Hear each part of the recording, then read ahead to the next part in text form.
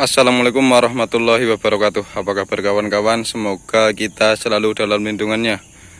Baik, pada kesempatan hari ini saya berada di kebun cabai rawit ori saya yang berusia itu 152 hari setelah tanam, kurang lebih segitu.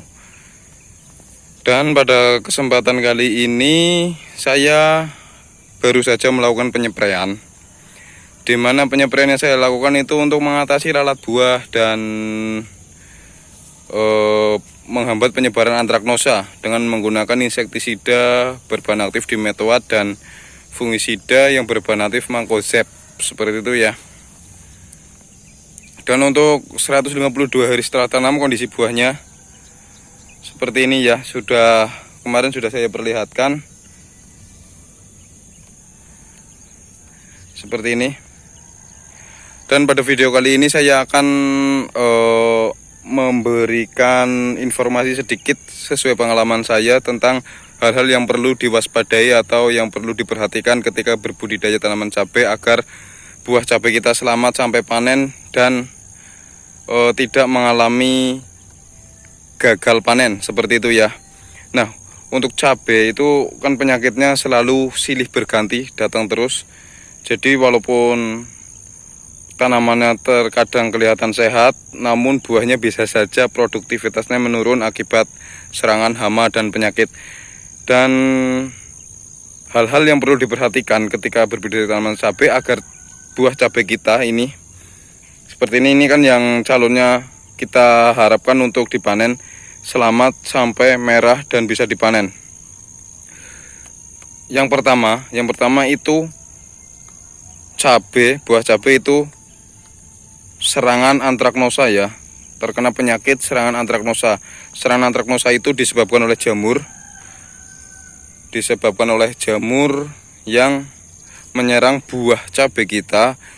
Bisa menyerang buah cabai yang sudah besar seperti ini, bahkan sudah merah seperti ini, ataupun yang masih calon-calon buah seperti ini, kecil-kecil seperti ini. Itu bisa juga terserang patek. Nah, serangan patek umumnya itu terjadi atau penyebarannya cepat itu ketika musim hujan. Ketika musim kemarau bisa saja tanaman cabai kita terserang patek atau antraknosa, namun penyebarannya nggak secepat ketika musim hujan. Nah, ciri-cirinya mana ya? Nggak ada di sini. Nah, ini ciri-cirinya seperti ini. Ini serangan patek, ciri-cirinya seperti ini, coklatan seperti ini. Ini adalah koloni jamur ya. Koloni jamur yang menyerang buah cabai kita, dan ini penyebarannya sangat cepat. Nah, yang kedua itu serangan lalat buah. Serangan lalat buah itu tanaman cabai kita, ciri-ciri fisiknya itu akan mengalami kebusukan. Busuk, di mana busuk itu basah. Semisal ya, tanaman cabai ini terserang lalat buah, itu akan mengalami kebusukan. Nah, tanda-tanda awalnya itu terdapat bintik hitam seperti bekas sengatan lalat seperti itu ya. Dan ketika dibuka itu biasanya ada belatungnya. Belatung itu adalah calon lalat buah. Ketika sudah bermetamorfosis akan menjadi lalat buah kembali. Nah, contohnya seperti itu. Kalau patek itu busuknya kering, kalau lalat buah itu busuknya basah. Itu contoh yang gampang ya. Dan yang ketiga itu adalah serangan ulat. Ulat itu pada tanaman cabai nggak cuma menyerang daunnya saja, terkadang juga menyerang buahnya. Nah, ulat yang menyerang buahnya itu yang agak susah dikendalikan karena apa? Karena ketika, nah ini contoh yang terserang ulat, bolong seperti ini. Nah, karena ketika cabai kita sudah dimakan ulat akan bolong seperti ini, maka ulat akan bersembunyi di dalam cabai ini. Dan ketika kita melakukan penyepraian itu peluang terkenanya itu agak susah karena ulatnya itu bersembunyi di dalam cabainya ya. Jadi agak susah itu dikendalikan. Nah, kalian bisa mengendalikan ulat itu ketika sarangannya sudah mulai banyak. Bisa dilakukan pada malam hari, karena setiap malam hari itu ulat itu lagi aktif keluar untuk mencari makanan-makanan baru seperti itu ya. Dan itu hal-hal yang perlu diperhatikan ada 3 menurut saya ya.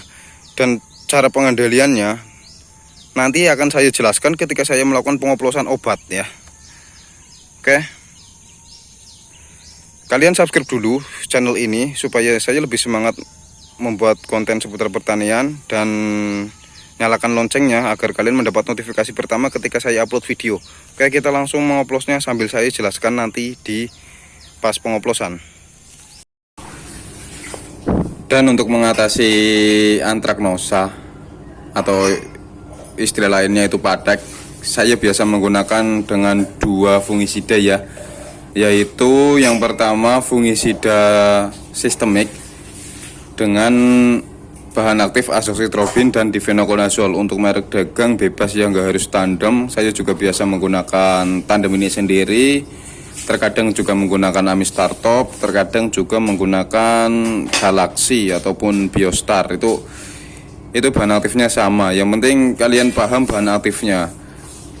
Kalau saya menggunakan 2 fungisida, yang pertama itu berbahan aktif azoxystrobin dan difenoconazole, karena fungisida ini bersifat sistemik, jadi akan melemahkan melemahkan daya tahan jamur itu sendiri.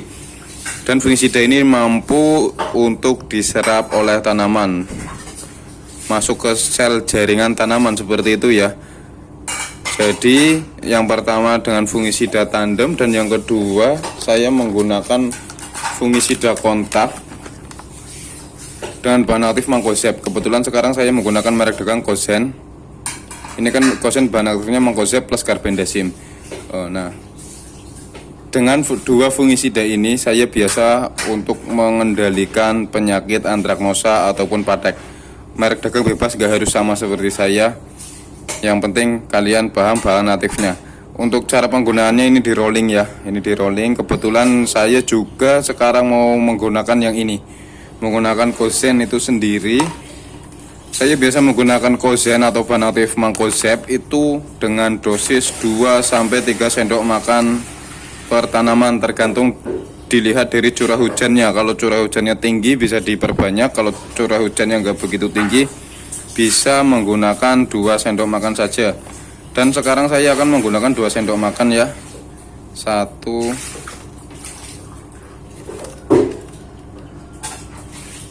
2. Itu untuk poin yang pertama, yaitu tentang masalah patek atau antraknosa. Dan poin yang kedua itu selain antraknosa kan ada juga lalat buah. Lalat buah saya biasa menggunakan insektisida. Insektisida yang saya gunakan yaitu dengan bahan aktif Dimetoat. Selain bahan aktif Dimetoat, saya juga biasa menggunakan bahan aktif Profenofos. Untuk merek dagangnya bebas ya. Kebetulan sekarang saya menggunakan Destan. Terkadang untuk bahan aktif Dimetoat saya juga menggunakan merek dagang Bionik. Untuk bahan aktif Profenofos atau yang paling umum digunakan oleh para petani itu biasanya merek dagang Curacron, Deltacron, Pentacron, Venos, dan yang lain-lain. Ingat ya, kalau untuk lalat buah saya biasa menggunakan bahan aktif Dimetoat dan Profenofos. Bisa pilih salah satu saja. Nah, kebetulan sekarang saya menggunakan bahan aktif Dimetoat dengan bahan aktif Destan. Nah, selain pakai insektisida, juga bisa kalian menggunakan perangkap ya. Perangkap yang dimaksud yaitu menggunakan lem lalat buah ataupun petrogenol. Itu kalian pasang di sekeliling kebun, jangan di dalam kebun. Kalau di dalam kebun jangan menggunakan lem ataupun petrogenol ya, karena itu sifatnya mengundang. Kalau yang dipasang di dalam kebun yang sifatnya mengusir saja, kalian bisa menggunakan kapur barus, dicantol-cantolin aja, nanti itu bisa memberikan dampak positif ya. Lalat buah jadi nggak betah di dalam kebun kita. Seperti itu ya. Nah, kebetulan sekarang saya akan melakukan penyemprotan lalat buah ya. Penyemprotan lalat buah untuk tanaman cabai saya itu, masalah lalat buah saya nggak menggunakan lem ataupun petrogenol ya, karena menggunakan insektisida saja sudah cukup. Itu untuk tanaman saya sekarang. Kalau semisal insektisida dirasa masih kewalahan untuk mengatasi ulat buah, dikasih lem atau petrogenol ataupun kapur baru seperti itu ya. Nah, untuk dosisnya Destan itu sendiri tadi saya menggunakan dosis 1 cup ini 10 ml per tangki.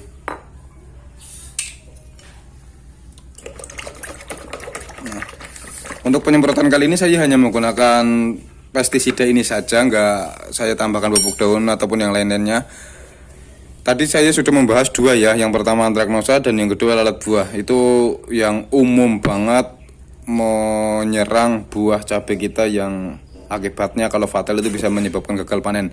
Dan untuk yang terakhir yang biasa menyerang buah cabai kita itu adalah ulat. Ulat yang dimaksud adalah ulat bor, ulat di mana ulat itu makan cabai dan bersembunyi di dalam tanaman cabai kita. Nah, cara mengatasinya kalau saya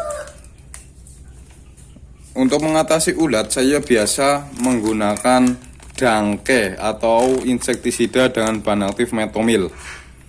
Tapi dengan catatan, metomil ini kalau saya pribadi penggunaannya ketika serangannya belum parah atau bisa dikatakan untuk mencegah. Kalau semisal serangannya sudah parah untuk ulat, kalian bisa menggunakan bahan aktif emamectin benzoat. Contoh merek dagang itu Emacel, ada juga Benjos, ada juga ulat dan yang lain-lain ya. Itu kalau serangannya sudah parah, katakanlah sudah di tanaman cabai kita sudah banyak ulatnya, bisa menggunakan bahan aktif emamectin benzoat. Ataupun bahan aktif yang lain juga ada clofenapir plus asefat, contoh merek dagangnya itu Vampir ataupun Sagri M7, itu juga mampu mengatasi ulat. Nah, tapi saya penyemprotan kali ini tidak akan menambahkan insektisida untuk mengatasi ulat ya, karena kebetulan tanaman cabai saya itu aman dari serangan ulat, jadi sudah lama saya nggak menggunakan insektisida untuk mengatasi ulat. Oke, saya ulangi, untuk mengatasi ulat kalian bisa menggunakan insektisida dengan bahan aktif metomil, tapi dengan catatan itu hanya untuk pencegahan. Kalau untuk yang sudah terserang apalagi parah, menurut saya metomil ini kurang mampu ya, karena metomil ini cenderung insektisida yang dosisnya ringan. Kalau serangannya sudah parah, kalian bisa menggunakan insektisida dengan bahan aktif emamectin benzoat ataupun clofenapir plus asefat, contoh merek dagangnya seperti yang saya sebutkan tadi. Oke, jadi itu untuk hal-hal yang kalian perlu waspadai ketika budidaya tanaman cabai, agar tanaman cabai kalian itu selamat sampai panen, buah cabai kalian itu tetap berbuah maksimal tanpa adanya gangguan hama dan penyakit. Oke, seperti itu saja video kali ini. Sampai jumpa di video selanjutnya. Assalamualaikum warahmatullahi wabarakatuh.